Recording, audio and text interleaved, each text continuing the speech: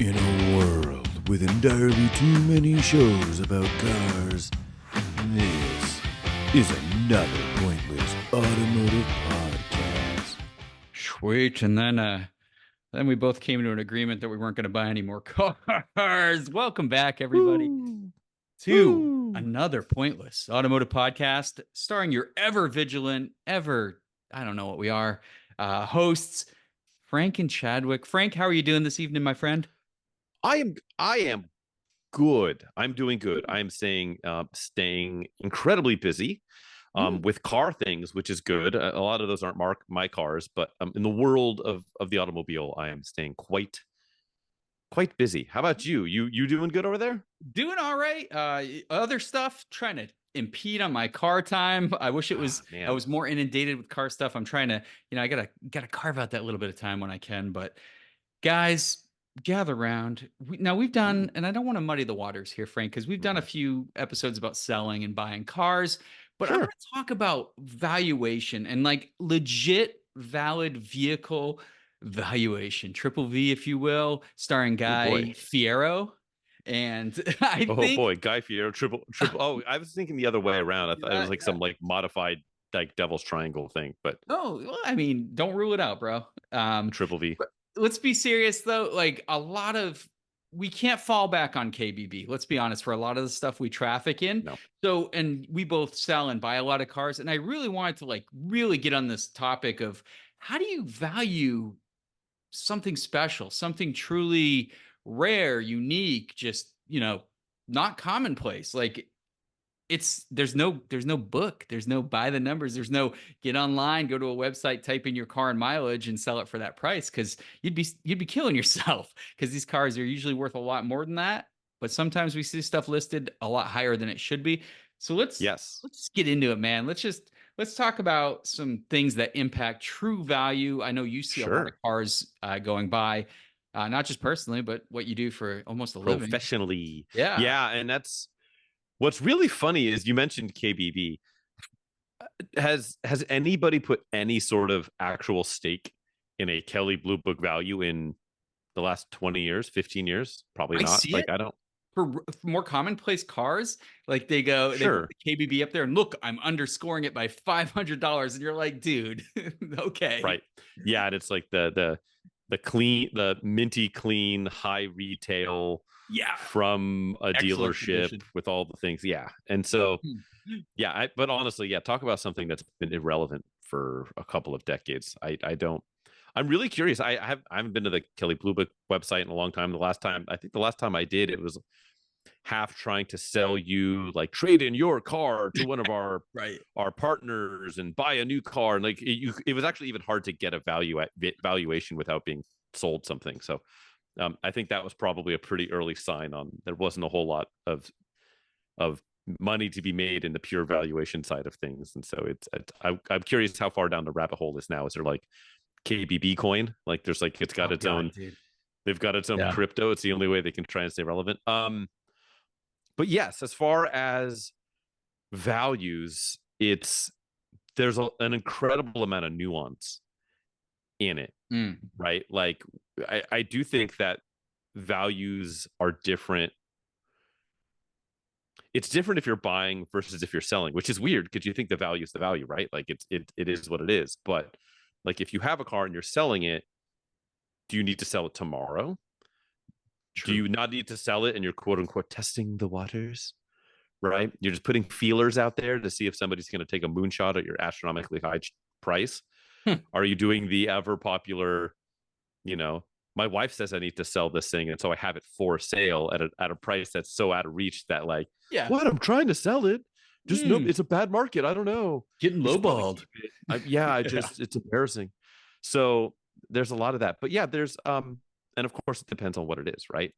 If it's a special car, but a plentiful one, Mm. it's a 997 Carrera. That's a pretty boilerplate. Like there's lots of those cars out there. You can price those out. If it's a JDM oddball in immaculate condition from a manufacturer like a Daihatsu, whatever, like, yeah, find a comp. Like you can't. It's just going to be, it's going to sell for what it's going to sell for, and whether that's on an auction or a classifieds or to your buddy at the local Cars and Coffee, or back when I was doing it on the insurance side. There's a lot of that goes into it. Like even the venue on how you sell it will change the value, I think. So Sure, absolutely. How what about do you look at, like do, maybe from the buyer's perspective, I from suppose, because that's yeah, usually where we yeah. clearly we're not good at selling cars. Maybe we'll touch on that later, but we're good at buying cars. And so maybe that's the lane we need to stay in, right? Like, yeah, I've sold a bunch of cars and you've sold a bunch of cars and we play there, but clearly we're better at purchasing them. So maybe that's our approach. What's your thought? Like mileage, right? I think mileage is a pain point for a lot of people going to buy a car.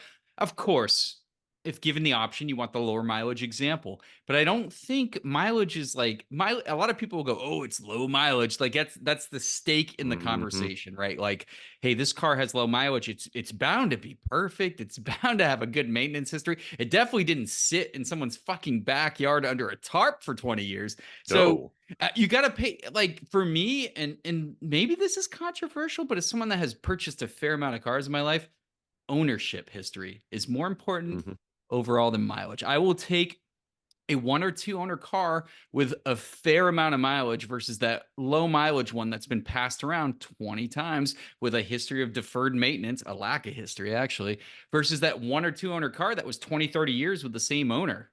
And they took care of it and actually drove the car, which is, believe it or not, the best thing for cars. Go figure. Yeah. A car that's been driven.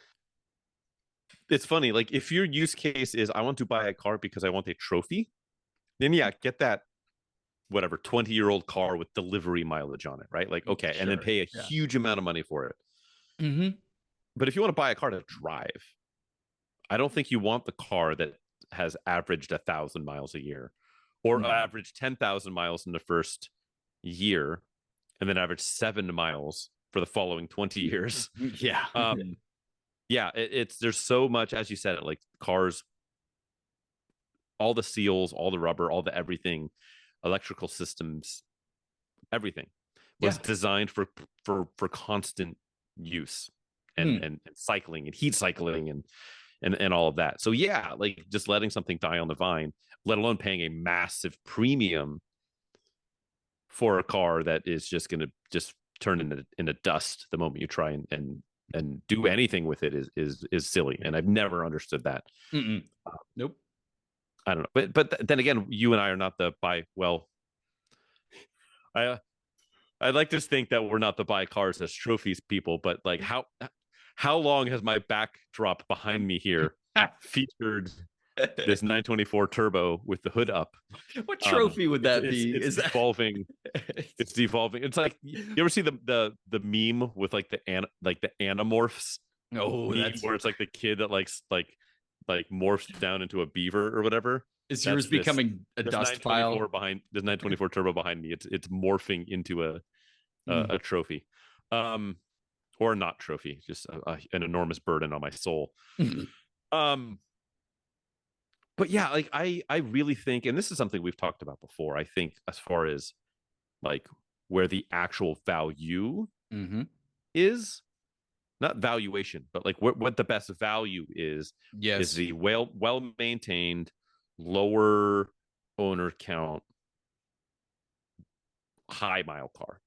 And you know what though, you spoke of valuation. I do think that does lend itself to value. I know, like on the auction sites, they love seeing that 1 or 2 owner vehicle, because real car folks know what that means. And like you said, a car that sits is going to be a basket case if anyone ever decides to drive that vehicle. They're going to be solving a lot of problems that were deferred. But these cars that were driven, and especially you and I could never fathom keeping a car on the road for 20 to 30 years, first off. But second off, that person has fixed every issue that's come up. Because if they had that long-term goal of driving that car, they didn't just band-aid shit, because 20, 30 years, that shit's it's going to break again.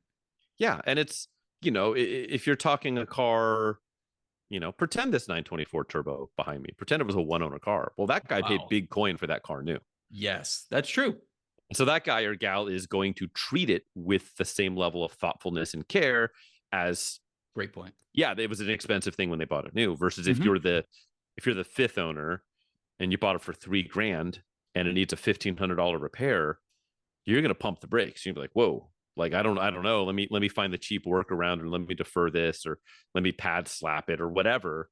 Mm-hmm. But if you paid $30,000 in 1980s money, like, yeah, you're fitting the bill. You're paying every bit of that, and you're dealing with stuff as they come up. You're not letting stuff go to pot. And I mean, in a lot of ways, it ends up being cheaper in the long run, right? Like, depending on how you do it, right? If it's dealer its whole life, like, okay, maybe you're throwing some money down the drain. But if you've got a knowledgeable independent and you're taking it there, or you're doing some of the stuff yourself and then farming out the stuff that's too labor intensive or time sensitive, then that's a good way to keep your vehicle, maintain your vehicle's value. Yeah. If you do decide to move it on down the line. But all of that is why, yeah, I think you're right there. I think maybe putting in ownership history and just maintenance ahead of anything else, I think is pretty fair, because that's going to tie into condition. 100%. And it's like you said too, like the cost of running, maintaining the car, it totally depends on the car too. Some cars obviously need way more care and feeding, way more maintenance. Certain cars just need routine maintenance and can keep going 20, 30 years. Like a certain one over my shoulder we'll get into later. But it's what you get into it, but also a good maintenance history. If we want to talk about valuation and getting more bang for your buck, a vehicle that comes with an excellent maintenance history will always demand more cash. I know if something's like super in demand, people will pay stupid amounts for a piece of shit, right? But in general, like, you have two of the identical cars. One has a maintenance folder this thick. One has like an oil change sticker from 5 years ago. Which one's going to demand more cash? It's going to be the one with the maintenance folder, which is valid. And I think, and it is valid. And I think a lot of times, though, like in the marketplace, people will overlook it. And kind of to what we just said was like, we'd rather have the high mileage example with the ridiculous stack of papers than the one with almost no papers, but almost no miles. Right. But I think we are generally, as far as the marketplace is concerned, in the minority on that. I think more people will buy the lower mile car with the unknown history, which I think is pretty much a mistake. Sure. Unless you decide like, this has low miles, it's an unknown thing, I'm going to do all this deferred work and then try and flip it. But that's probably even a fool's errand. Like, I think that's, unless you steal the car. Yeah. What do you know about that, sir? Free cars. But honestly though, but all things created equal, if you do have the same mileage, same condition, all that, but that car with that maintenance history is going to demand more cash, right? Like, that's hands down it should. It does. And people pay for that. And, especially big stuff like time belts, water pumps, that kind of silly stuff, clutches, that kind of stuff. So I do think maintenance history is important. But what about this theory of survivor cars, Frank? These are just not exceptional cars, not rare cars, not true unique collector's items, but just these, and you see it a lot in ads, right? And I think it maybe gets bounced around a little too much. It does. A true survivor. To you, my friend, how would you like loosely define that, and how it should be defined, probably? So my definition of survivor, not involving, was that Destiny's Child, or was that Beyonce alone? Ooh, I'm a survivor. Ooh, that's a tough one. I think it. I want to say it's the Child Beyonce. of Destiny. You think so? I think so. React. We need the listenership to sluice this one out for us. I thought you were gonna make like a Jeff Probst comment about the show Survivor. Oh, did that guy get tied up in something? Did he do something nefarious, or is that Did just he marry one of the contestants, or something? That's not that nefarious. Like, I don't know. Wait, dude, you don't know. Maybe there was something. Maybe all the contestants had to survive Jeff Probst and his wandering hands before they got on the island. You know what? That's going to be the Jeff Probst expose. Jeff Probst. Yes, exactly. Surviving the guy seems cool. No faults. All right. We'll see. We'll find out. Time will tell. I've learned there are no heroes. We'll feel it out like Jeff did. Yeah, on the island. It's the implication. With the Clintons. Yeah, right. Yeah, they should do a Survivor Epstein Island. Dude, They so- really should. They should do that. Your Oh, first man. challenge is giving him a. No, it's too far. We've They're gone too sh- far, dude. We've They're gone straight too up. They're far. straight up. It's straight up haunted by just yeah. There's got to be somebody finds like a small human skull on the island, and it's just like, or yeah, it'd be like, where's Waldo? You have to find like weird signs of evidence in the background of like Oh, God, previous dude. transgressions. Yes, It it should definitely be didn't this. hang himself. All right, next topic. No, exactly. We're hot It's tonight. fine. Woo. Where were we? Epstein Where were Island. we? Yes, survivors. So my working definition of survivor is generally unmodified. Maybe some in period mods, right? Okay. Like if somebody had like an OG like Valentine one hardwired in from like the Oh, dealership yeah. or something, like that's dope. Or like, BBS mesh wheels from the like, or Epsilons or some 80s mesh wheels like from the period that were like installed within a year or two of the car being new. Okay. Mm. And then additionally, as far as I'm concerned, other than like basic maintenance and repair items, no other work being done on the car. So wearing original paint, original interior for the most part, and other than just repairs and my favorite kind of survivor outside of the season that's going to take place on Epstein Island is the kind of survivor where it's kind of, as you alluded to, like the more mundane car, right? Yeah. Like not the Ferrari F40. None of those have 100,000 miles on them, and like and are beaten down or on their third paint job and hella flush or whatever.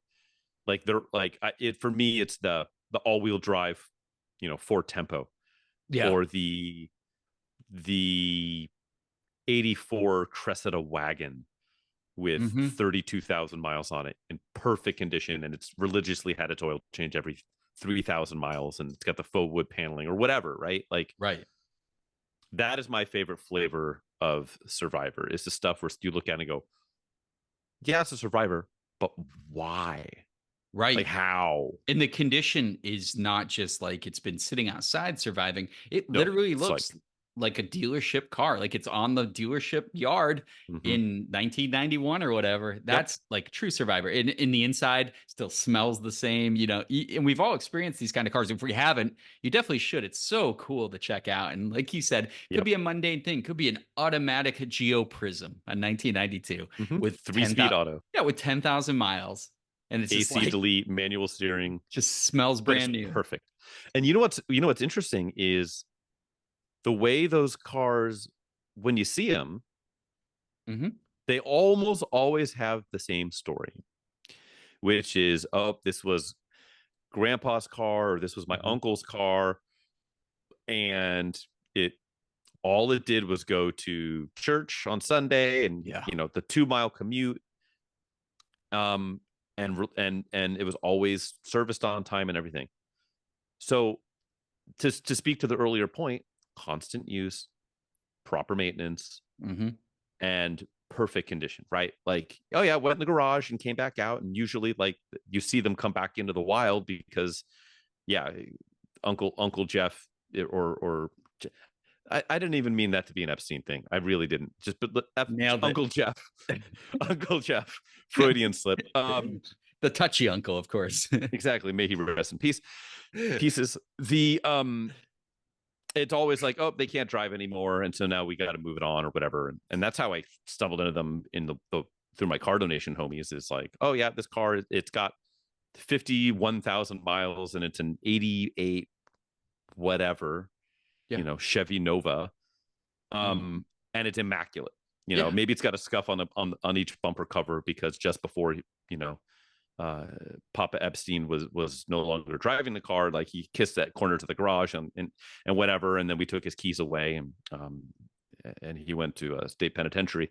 But then it's available for like public consumption. Like it goes out, someone can buy it, or it's somebody ends up with it and takes it to a Cars and Coffee or Radwood or whatever, and it's like, holy smokes. Like, and we love seeing like they're super fun to see people from that period that might own that car. It's like owning that car again from scratch, right? So reliving that memory does bring that extra value. But You know, like I kind of mentioned at the beginning, when people just throw the term survivor car, I'm sorry, guys. It's not, and I love Ford Tempos. It's not your 180,000 mile Ford Tempo with the busted out interior and paint destroyed. Mhm. That's not a survivor. You can't write If survivor it's car on that. 180 miles, 180 Canada, but it's perfect, then I'll buy it. That's I'm on different. board. But Yeah, if it's let's go. toasted, if the paint's toast, the interior's thrashed, it has oil from 200 years ago, That's like when you that's see. not a That's like when you survivor. see. That's like when you see low miles and you click on it and it's got like 197,000 miles, but they're like, well, it only averaged like 9,000 miles a year, Yeah. like from new. It's like that's not how that works, man. Or Like, or all, you know, OEM, all original, welded diff, coilovers, you know, aftermarket intake, gutted exhaust. It's like, no, we're missing some things here, guys. yeah, Aftermarket or steering wheel. yeah, You see that 40,000 though. miles. Oh, and you click on it and it's like 220 on chassis, 40,000 miles on used motor with no I love paperwork. that. And like, bro, it's not. You don't have a 40,000 mile car. I'm sorry. Like, it's not Yeah. how this works. Aftermarket wheels, like all the kind of stuff that we're not looking for. But I do think true survivor cars, that's a true way to add value. And I think that's a valid way to increase value. If it is a true survivor, I do think they do deserve that money because scarcity drives price, right? And Find nothing's another more one. rare, right? Yeah, Yep. like you say, if you can honestly find a car in any spec, especially a survivor, and say find another one, and you can't, it speaks for itself, right? Well, yeah, that's part of, you know, part of the discussions I have day in and day out for my job is talking to people about, like, cars that do well at auctions and what cars don't do well. And I've got this car, and should I auction this, or what should I do, or what kind of reserve do you think you can get me on this? Bah, bah, bah, bah, bah. But a lot of it is what will do good on like the online auction Mm-hmm. space, right? Is exactly the one where it's quote unquote find another one. Yeah. Because if you give somebody an excuse to not place a bid on a car, they're gonna take the excuse to not place a bid on the car. Mm-hmm. And whether that is like, oops, it's hell of rusty, or oh boy, it's in Prudhoe Bay, Alaska, and it's like going to be impossible to go get. Right. Or a lot of times it's like, oh, it's a black on black 2016 Porsche Macan S. It's like there's 1,000 of those in every city in America for sale. Right. Nobody's gonna like pay specific money to buy one sight unseen on the other side of the country. It's not going to be a car that's going to do well. But if you have, people will place value in a car, well, someone will look at and say, I've always wanted one of those. This is the only one like this that I've seen for sale in years, and it's probably going to be the last one I'm going to see for sale for years. Mm-hmm. So I'm going to bid on this one like it's the only one I'm ever going to have an opportunity to bid on. And sometimes that is a condition thing, right? Really low miles. Ooh, this whatever. It's a mundane car, but it has no miles and it's in perfect shape. It's that survivor car. Mm-hmm. That car is going to do well. Maybe it's a more typical car, right? So that 997 Carrera I was talking about earlier, but it's in some bonkers color combination. Yeah. Right. It's oak green over a custom green interior. Like, so cool. that would be sick, and that would do huge coin. Like, people will place a value on that, and those are the cars that do well in a venue like an online auction space. The more mundane stuff, yeah, sell it locally. Like, you're going to get more money. Someone's going to come show up and, yep, here's some cash, and drive away. But the survivor stuff, yeah, like that's what you see a lot of the real low mile stuff on an online auction, and you'll never believe how much this Burr sold for at auction. Right. Yeah, those are definitely the exceptions. More common though would be folks trying to get their money back from modifications, and this is a very touchy subject because I think some car communities, some enthusiast circles will pay a premium for recognized high quality modifications. Like if you sell a Miata with a sorted brand new suspension, you can actually add some value to that 30-something-year-old car instead of having the worn out shocks on there. However, I'd say probably 80 to 90% of the time when you're selling a car, if it's factory stock, it's going to fetch more money. And what's your take on that? Would you agree with that statement, Frank? Because that's what I see. Absolutely. Personally. Yeah. No, and it's funny. How often do you see that? Like, you'll see somebody have an ad on something, and it's just like, $30,000 in upgrades, dude. and Yeah. and they want it, and the car's worth 10 grand, Mm-hmm. and So it's 40. just It's 40K now, dude. now it's worth 40, Basic and then math. and you'll see it's been listed for like 87 weeks, and you're like, well, I think that's why it ain't moving. The market But has spoken or not spoken. The thing with mods is people like to mod cars the way they would like that particular car modified. Yes. There are some things that will always add value, and that's usually like the OEM plus stuff, right? Uh-huh. If you've got an older Porsche, but you've got like the Porsche Classic upgrade modern radio in it, yeah, that's adding value. Mm-hmm. If you have there's some stuff where, yeah, like reliability mods. So you've got an FD RX-7, and there's a number of different reliability mods that people do, right? Or a 996 Porsche, and you do an IMS bearing upgrade, right? Like, yeah, cool. Good stuff, like those add value. But really crazy suspension mods that slam the car, or even just like big, silly how wheels. many Subarus do you see out there with boosted to the moon and gutted down pipes and 1200 cc injectors, doesn't include smog, no shit. And it can be they can be really they can be pricey quality mods, sure, but you immediately you're wildly narrowing the scope of people that are interested in that car. Especially here in California, where a lot of those are going to cause headaches when it comes smog time. Mm-hmm. You might go like, hey, does this car pass? Oh, is everything smog legal? Is this car pass smog? And they just go, it comes with a smog certificate. And you're like, that's not right. That's sure. You know a guy who knows a guy. Like, that's cool. Great. I just need to know if I'm going to get eviscerated in 2 years when I have to do my biannual smog here in California. That's it. Let alone, the big spoiler or the custom interior bits and pieces. Yeah. Like for dollar, your best bet is stock. Maybe some of the reliability upgrade stuff, OEM plus stuff. You gotta love it though. You gotta love the people trying to evaluate or value their own cars, and they actually on the sales ad they list the price they paid for each modification, and these could be 5-year-old modifications, but they list like what they paid book value, and a lot of times I bet they don't include the receipt. They go and look what it went for on a random expensive website, and I love that when you see like the eBay ad screenshot. Yes. Or like, hey, I bought this off of Amazon, and it's like a universal front lip, and I'm like, what are you trying to add? That looks horrible. But they, the coilovers, they put the full price, they put all that kind of stuff, and it's like literally factored into the price they're asking for the vehicle. I'm like, that is not how it works, my friend. You don't put the new MSRP for that vehicle, do you? I was just curious. You know what mod absolutely just nukes your value, and people think it's a value add, and it always is when something is like, here, take a guess, especially on let's say an online auction. Something that everybody thinks adds value but does not. I want to say aftermarket wheels. Not everybody, but some aftermarket wheels is a pretty common one. That's pretty common. I'm talking Parappa the Rappa. So when you've got a car that's wrapped. Oh, right? God, dude, fucking no! I don't even look. I won't even buy a wrapped car. Well, that's the thing. Frank. But even if they're like, oh, the paint was perfect. I put it on here. It's been on. I put it on 4 years ago to protect the paint, and now it's it was white, and now it's wrapped. Now it's matte, whatever, matte blue. I don't know, matte white, matte black or something. Yeah. Nope. Every single person will just assume, oh, the paint on that car is completely boned. Yeah.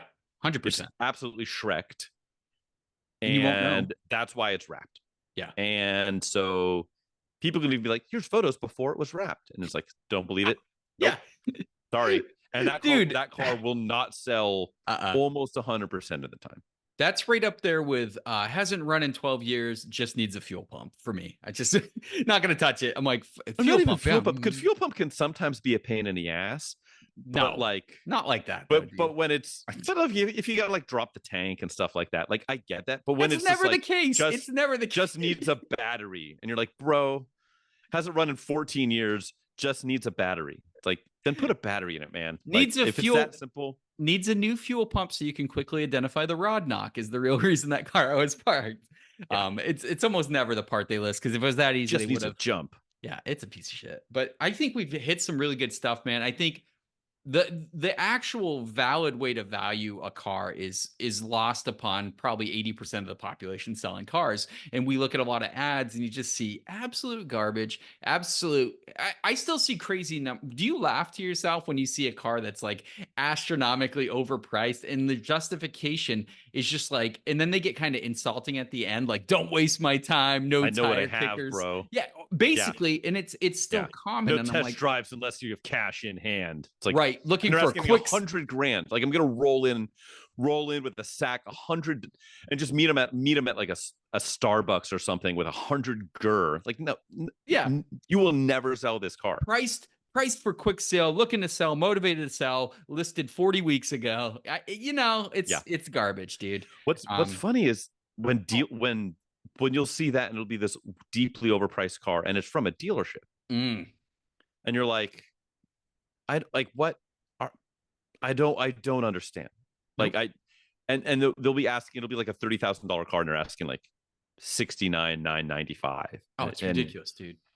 And it's just not even in the realm of reality. And yeah, and you'll look and they've had it on their lot for 450 days. But like, what? I don't know. But dude, it's just, you're forgetting the value of your job is your credit, Frank. Exactly. You Right? buy here and you pay at least 30K. But another thing too, it's like, honestly, trying to sluice out the values now is in a lot of ways easier than it ever has been. Because there's an enormous swath of information out there and records of cars that have sold. Works two ways. Auction platforms and Works all that. Two ways, my friend. The research is there for the sellers too. So no longer is it commonplace to go find that car that's actually underpriced, like the owner's selling it, because they're valuing it what they think it is. Now they have all that research and data at their fingertips. So it kind of works against buyers too, right? It does. And what's interesting is leading up to COVID and on the upswing of the COVID bubble, there were actually still even though prices were getting crazy, there were still some buys out there, because you had people going like, oh, well, this one sold on Bring a Trailer in 2018 for $10,000. So mine's probably worth $10,000. And meanwhile, the market is like pumping hard. Triple. Yeah. Triple. Yeah. Like David Carradine when hanging from a belt, just pumping hard. And so the values were going up, but people were looking at data that was older. I don't know why, dude, but the title "Kung Fu," the legend continues, just popped into my head. I'm so sorry. We're horrible. We're horrible people, Frank. What's even more horrible is David Carradine and meeting his untimely self-flagellating demise. Extremely timely. I don't know. Last week, it's actually always came on time. Sorry, it does. But he so values were pumping. But people were looking at older stuff. So like a car that was like, oh, the car's worth 16 and climbing, but people were looking, well, this sold 18 months ago for 10. Yeah. But now we're on the inverse of that, where you have people saying like the market's coming down and has been for a bit. But people are looking, well, hey, dude, this car sold in like June of 2022 for 100. So my car's worth 100 when it's really worth, and money was worth more then, and it's like a whole thing. Like, it's not worth 100 today. That car is now worth 70, or more what we spend money on, right? It's like, people will look up and they're like, oh, this Prelude sold in the middle of the COVID bubble for $21,000, and that one had half the miles on mine. It was perfectly maintained, and it was a base, and mine's a VTEC. Or the other way around.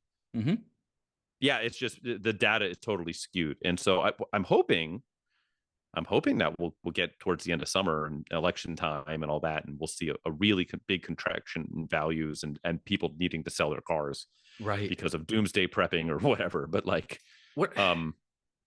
And we can buy some stuff, my friend. I don't need to do that, my friend. I do not. But honestly, like takeaways, like obvious, values be what they are. The market, especially used cars, is very much temperamental, very quick to change. Tastes, enthusiast circles grow. What's in vogue grows. But I think at the end of the day, Frank, I think we can all agree, and like these are honest, valid ways to value cars. You're looking at like those survivors. You're looking at ownership history, low ownership. I think that's always going to demand, as it should, more value. Good maintenance history should always demand more value. True rarity demands value. Like if you, like you said, your phrase exactly, go find another one. If you can ask that question and not have anyone be able to respond to it, you have some value in your vehicle. You honestly do. Sure. Yeah, I think, like for instance, and bad example, I suppose, because you have one and I have one, but we're like a Galant VR4, like a clean, straight Galant VR4 is a difficult stock, mostly stock, is a very difficult object to acquire. Yet it is not as valuable as, I'm just going to keep using this as the example, is the 07 911 Carrera with a manual. Sure. Yeah. They sold more of those cars. They were all kept. They were all maintained. Yeah, some got wrecked, but like they weren't tragically modified, like most Galants were. And so, yeah, like but that car is still worth value. So there's always a balance there. Sure. But yes, I do truly think that like the find another one, bro, is very much, and that's where the survivor thing comes in. Yeah. Same theory, right? Like show me that survivor. There's probably, it could be a one of one, right? Like honestly, every car is truly, at the end of the day, when we break down enough of the data, every car is a one of one, but is it a valuable one of one? I think those factors we just bullet pointed are huge in determining like true value to a vehicle. So I think that was a fun talk, man. Yeah. And there's like 30 seasons of Survivor, but there's only one Jeff Probst. Yeah. And only one. He's one of one. Epstein Island. Okay, exactly. We'll leave that one where it is. Yeah, For good now. talk, man. I thought that was fun. I think we never really talked about that, like determining value. I think that's kind of fun. It's a fun topic, and it's all over the place still. No one. And you know what? And we in a lot of ways only scratched the surface. I mean, there's so much to dig into there. We'll have to, I don't know, I'll have to get like one of my valuation homies from the Cars and Bids front as a guest one day and really deep dive cut into like where do we, because I what's interesting and it's probably a good thing to look forward to at some point is like the talk of like, well, what's next? Like, what's the next big thing, or what do we think is going to happen? It's like, should I buy a Cybertruck for $100,000 over MSRP right now and think it's going to be worth a shit ton of money in 6 months? No, not right now. No, not ever. But like, it's just like, what does the future hold? Are there going to be collectible electrical cars? This guy. EVs, if you will. And so I don't know. There's a lot of what the future might hold. So that'll be fun. And yeah, that was a good chat about, at least what we can talk about on the subject. Yeah, and I think all our points are super valid. Good points. So I like to think that we're right. Yeah, chime in, listeners. If you guys have any comments, definitely let us know. Like we'd love to hear like what you guys think, or like what do you look at in a vehicle that adds a lot of value on your end as a buyer, and a vehicle you have. What have you done to it to increase its perceived value, or at least or real value? Definitely leave some notes, and we'd like to see that. But my friend, it is time to play a fun little game called the Automotive Print Ad Quiz Game. We have to pay 50 cents every time we say that unique title. So we're definitely in the hole here, buddy. New York. Yes. I will pull up an ad. Frank, do you mind detailing this little bit of a game we play? I mean, I do mind, but I'll spit I'll spit facts. He's minding. I'm minding. Just like you should hopefully be minding the clues that will be coming your way, so you can play along at home. Play what?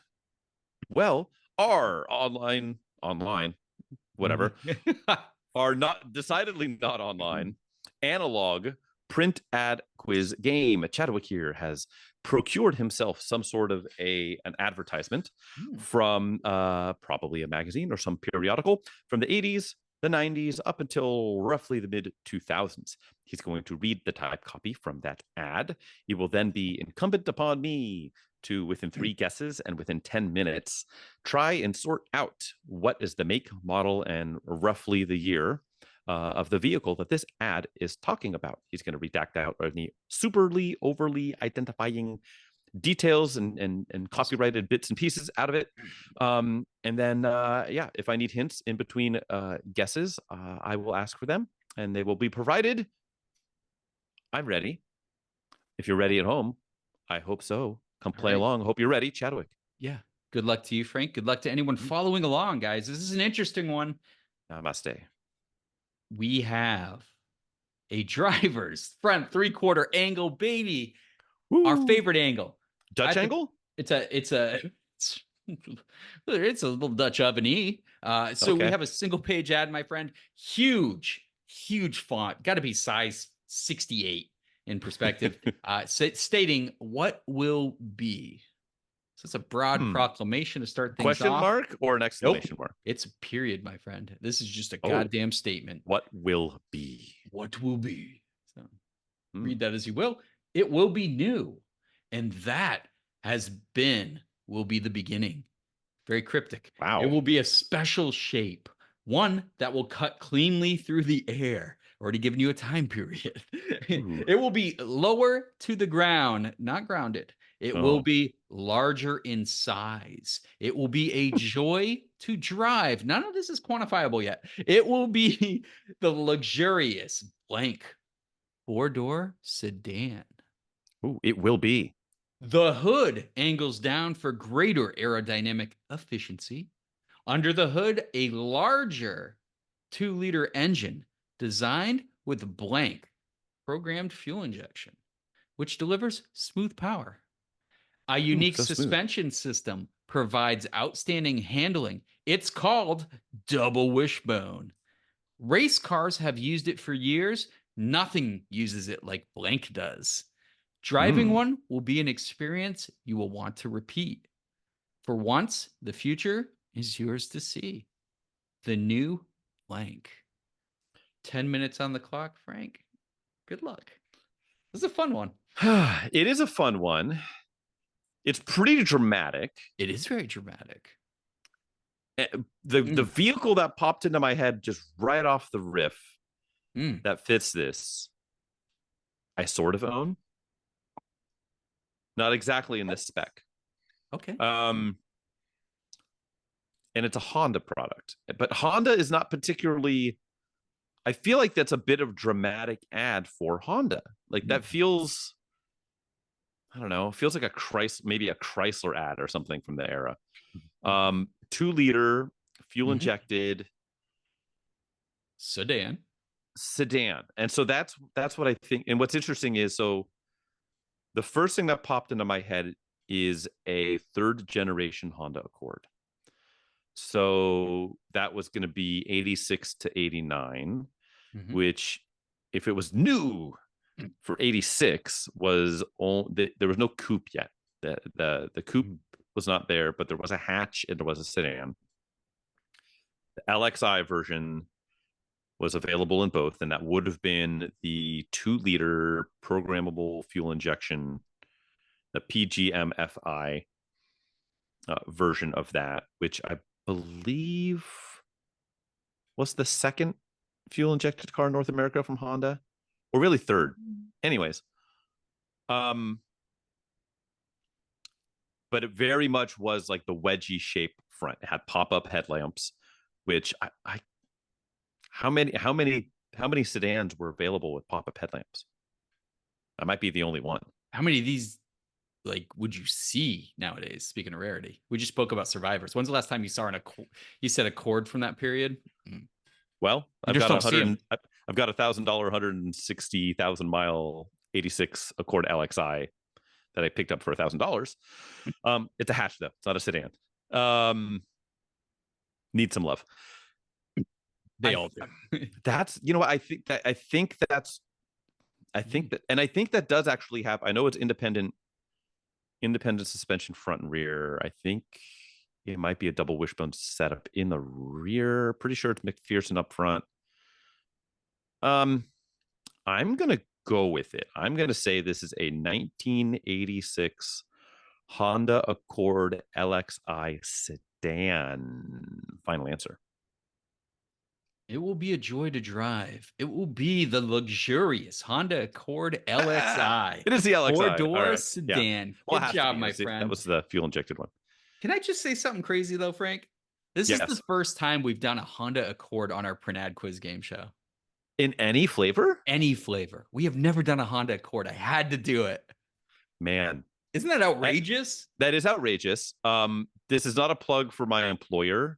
Because they pay me, but they don't pay the pod yet. Listeners, Let's get on that. let's get on that. Really, I'm still waiting for Mucho Macho money, but that's a different. We'll take it. Those ads have not been Cool Cat approved. But no, there's an 89. So that's the last year, the third generation Accord. So on Cars and Bids right now, there's an 89 SEI, which was still fuel injected, but that was the end run 1 year only coupe with all the luxury options. Leather was available. It's a Canadian market one. It's black over tan. It's got like 9,000 miles on it. That's insane. And it's a thing of beauty. I really like the third gen. That third gen Accord was such an incredible leap ahead. Dude, what this thing looked like in the mid 80s was out. It just did not look like anything else. It just absolutely fantastic looking car. Have you driven one? I've driven. I didn't drive the LXI. I drove a base 87 or 88. Yeah, I think it was a DX. So it was cool looking. The power was not there. But it was cool looking. Like it didn't look like anything else. Like if you were to look at that car in a vacuum, you wouldn't come out and say mid 80s. Like it's so, I don't know what it is. It's more of a refined look. There was plenty of wedge shaped stuff, but it just looked something about it. Something about that design was just ahead of its time. And the thing with those cars was Hondas were always pretty reliable, but I truly think that generation Accord is what made Honda known for them being as reliable as they became and were. The earlier gen was the fourth gen was another jump forward. Yeah. Those were very important cars, but those third gens, I know when I was in high school, I knew many a friend who had third generation Accords. One friend, a good friend of mine, she had one, and I think she got rid of it like 250,000 miles on it. It was just like poorly maintained, had the balls beaten off of it by a high school kid. And another friend of mine, she had another 86, a hatch. I think she had like 340,000 miles on it. And she ended up trading it for an iPod back when an iPod was a thing. And then we kept seeing it drive around town, like all over the place. And my wife, she had an 86 Accord LXI hatch, white with a blue interior, automatic. That was her first car. And we got rid of that with, I think, 240 on it. I ended up selling it to someone who needed a car, and they gave me like a hiking backpack and some garbage for it.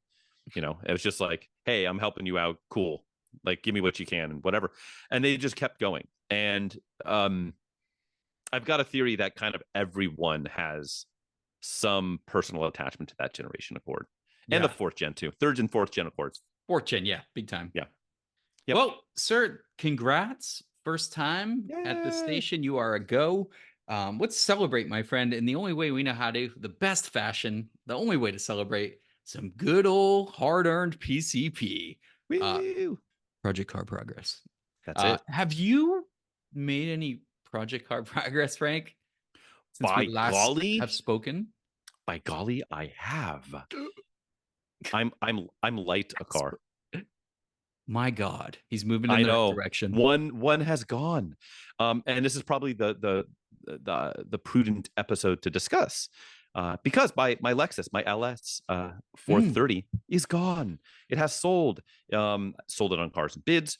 We ran it no reserve. I know we talked about a week ago, 2 weeks ago, however long ago, when it was getting ready to go, and I think we discussed an over under on it, which I believe the over under was 13,750.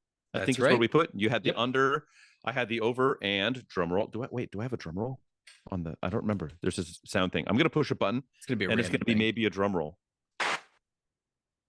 I don't know. I can't Yeah. even hear it. I heard static. It's just like, Oh, good. Okay. we'll take it. The static drum roll, $12,000, which is decidedly on the side of under. I think I know I've said this in the past, and we might have said it in the last episode, that my thought was it was worth between 12 and 15, but somewhere in there. So it hit dead nuts on the low end of that. But I think part of that is, in my opinion here, is when I had kind of mentally, how long have I been talking about selling that car and half of my cars? Kind of a long time. Doing it since we started this thing. Yeah. And so I think when I was truly looking at like counting my eggs or my chickens before those eggs had hatched, that was, 4 months ago, 5 months ago. And being like, well, if I do this and if I pay that and I get the key thing fixed and It's huge. I think it's going to be 12 and 15. Well, time has moved on and the market has moved on a fair bit. And I've seen some other ones that have come and gone that were like, for instance, there was one that was on Bring a Trailer that ended like the week before mine did. Oh. And it was a white 2005, pretty comparably equipped. I think it actually had more options. Yeah. And it had like 23,000 miles on it or something. Damn. And it was perfect. I mean, it was perfect. Timing belt, water pump were done. Body, no paint, no rock chips. I mean, it was in perfect condition. And all the commenters were like, "Oh yeah, this is going over 30, like for sure. This car's perfect." And it didn't hit reserve at 21. Yikes. And that car, and so it goes to show you, like, those cars are pretty bulletproof, both mechanically and values. Like, that car's never going to be worth nothing, and you could put 1 trillion miles on it and it's not really going to hurt the value. Sure. But I think that was probably, I think the values have slipped a little bit just on the market in general. And so I think that was probably a pretty good result. And it's pretty easy to Monday morning quarterback it. Yeah. It's definitely a killer deal for somebody because of how good of a driver that car will be forever. Dude. Yeah. It's a late model. It's low mileage. It's wonderful. Good paint. Like, I love the color of that car. Yeah. Just don't look down the right-hand side. Yeah. I mean, yeah, it needs some TLC, probably held it back a little bit, but dude, the review, everybody was positive. Like, this is such a love. It's such a good car. It was a fun review. Like, I had on it, genuinely had a good time reviewing that car, and it came out good. I don't know if you've watched the piece yet, but it's been like, I got halfway through it, and then I don't know. I fell asleep, got bored. One can only edge for so long. Okay. Yeah. No. Yeah. Watching your videos. The climax is pretty important, but no, it's a lot of people, nothing but positive feedback. Like, oh, I own one of these currently. Oh, I've owned one of those. So good. Best car I've ever owned. It's like, no one's saying an unkind. One person said a Lexus will never handle like a Mercedes, to which point 1 million people dogpiled that guy and were like, have you driven any cars? No, fantastic car, dude. And it drove absolutely. It's so insulated. It's so composed, even in the canyons. It was a good experience, man. Thanks for that. I think that should have demanded more. I think it could have. I think it absolutely could have. I think it's a brilliant buy. The good news is the kid was local. Yeah. The kid was like 20 and his dad came with him, and they came in from San Francisco. I just met them at the local BART station and they're like, "Oh yeah, this thing's cool." The dad he's like a retired Toyota technician. Oh, dude. So he knew exactly. He was like, "Oh yeah, I was looking stuff over and checking things out." I was like, "Oh, this thing's great." And and they handed me money and they drove off and everything's great. So like, all's well that ends well. I think it's very well bought on their end, and it's reasonably sold. Like, I'm not disappointed in the outcome at all. If it went for like 9, oh shit, yeah, I would have, which is probably honestly about my break even on that car. Yeah, still, like, that would have been insulting. I would have thought I got my pocket picked a little bit, but it didn't. 12 is in the money for that car. I think it is a little bit of a canary in the coal mine as far as what values are doing compared to when I was mentally doing the valuations before. Absolutely. But that kid could put unlimited miles on that car, and it's never going to cause him any grief. It's not going to lose a ton of value. So it's good for him. So that was my my PCP, is that I one has flown the coop. Very nice, dude. The antithesis of Frank's PCP, I have added another one to my fleet. And if you're watching on YouTube, I do have a black sedan behind me. It looks like it's from the mid-90s. It is a car I've been chasing.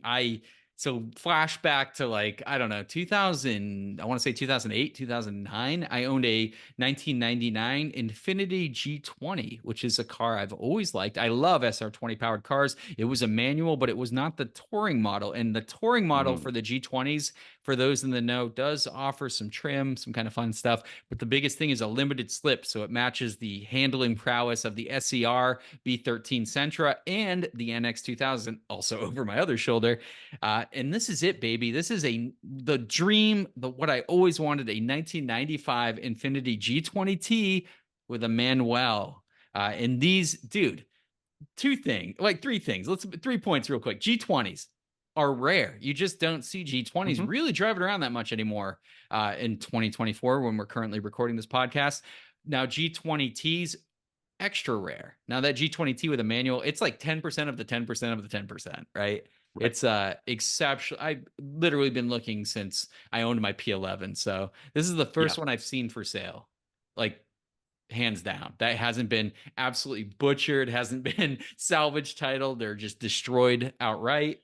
And when was the last year of that generation? Was it 96? Not so 99, I think, was the first year of the P11.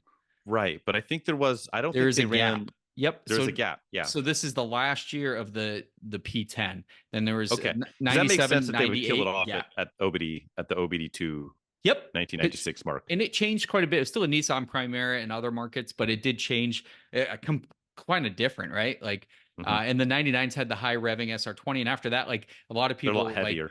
yeah, the 2000, yeah, they are heavier. In 2002, they switched to a low revving version that went to like 6,700 RPM, which is like losing Ooh. 1,000 RPM, right? No, fuck that noise. But this is a high revving SR20 car, dude. Also, one owner, true one owner car. Bought it in, where was this one purchased? Moraga, Infinity of Moraga, which is no Ah. longer around, but it's Where local. where the hell would they put a, where would there be an Infinity dealership in Moraga? There's no There way it was was. in the town of Moraga. There's It no could, way. yeah. Who It's knows? impossible. Yeah. So that's where it was purchased. Always been a California car, one Mhm. owner. Just it's fully stock. It's never been modified. Original radio. Interior Cool. is like really good. Paint needs a little love because it is a black car. So I'm gonna bring that back a little bit with some good old cut and polish. But honestly, Dude, dude, all good. what a fucking cool car. What a cool No, those are car, man. killer. I've been chasing, and they look so good. Like I can't get over how good the car looks. I'm gonna play with it for a while. I got some work to do to it to pretty it up. But dude, it's so cool. It's just like one of those I mean, things like that's mm, kind of the hot shit version, right? Like black on black tee with a manual. Like what, I don't think there were a lot of color choices in that, right? There was silver, there was white. that like kind of pearlescent cream Yeah, color that I don't know if was on the Tourings or not. There was white, white. and Yep. I think there was a red, but I don't know if there was a red in, Ooh, I that might have was been there on the like the P10, the first year or something. P11. The P11 had a red I for thought sure. you I don't could know get if a red on P10. a P10. Maybe. But the thing is with Hmm. these, the front lip, like the bottom half by the fog lights is black. But on the black Yeah. cars, it all looks like one uniform color. It just looks right. Uh, no major damage, zero accidents. I just lucked out, dude. I saw it, the ad listed 30 minutes ago on Marketplace, called the place. It somehow had gone from like an auction, from like someone passed away, the owner, the original owner. So it ended up in an auction that went to a used car dealer. They didn't know what they had. And I Hmm. was like, I'm coming now. Get the car ready. And I knew I was going to buy it. Right. Yeah. And, Yeah. you know, it just needs a little TLC, but Find another one. at any price point, That's it. at That's any it. price point, find me a Yeah. G20T P10 manual. Show me. Yeah. That's not murdered or salvage titled. They're so rare, dude. And it's just, I've been looking for one for so long, man. And I think we've talked about this Well car a done. few times. Well done. Yeah. Yeah. I'm super pumped. And like I said, I wasn't gonna buy any cars this year, but I had my exception rules. Obviously, G20 was one of them. So It's like your hall pass, you know? you gotta go for it, right? It's like when Yeah. Mila Jovovich knocks on my door. I'm gotta go out, guys. Yeah. We're going out. Yeah. Mila Jojovic, Ving Rhames, everyone has their hall pass, their laminated hall pass card or whatever. That's all I got, man. You're selling cars. I'm buying cars. We have reversed Boy. roles, my friend. It's Who fun. knows what next week will hold on Another pointless automotive podcast. Yes, sir. Oh boy. Well, thanks everybody for dragging this thing out with us.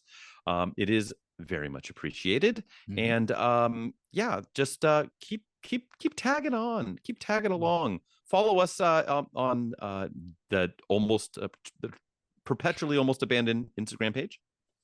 We do occasionally stare at that. And we appreciate your messages. We do get some people that send us messages on occasions. Mhm. Only about 30% of the time are they full of threats of violence, which is great. Good So balance. first Yeah. off, rookie numbers, we can crank that up a lot. So Speaking yeah, of feel cranking. free to, if you've got topic ideas, hit us up there. If you want to accost us, please do that. Otherwise, you can review the pod. You can do the little Please do. thingy. And you can also just follow us along here and tell your friends, hide your kids, hide your wife. Chadwick, where can you be digitally stalked? Yeah, my friends, Auto Obsessive Garage on YouTube, rescues, restorations, reviews, all that good stuff. A lot of the cool cars you hear us talking about, you're going to see on there, folks. So check it out. Definitely check it out. Instagram, same name. Frank, where can the good folks find out your doings? Ooh, boy. I'm the photographer's garage on all of the things. A lot of the Instagram, a little bit of the YouTube, very infrequently on JDate, but give it a shot. Otherwise, thanks, guys. This was fun. As always, guys, take care. We love you. Catch you on the next one.